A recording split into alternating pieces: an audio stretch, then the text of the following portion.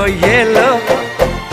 झूठ मत बोलो सजन रे, झूठ मत बोलो सजन रे, झूठ मत बोलो सजन रे, झूठ मत बोलो।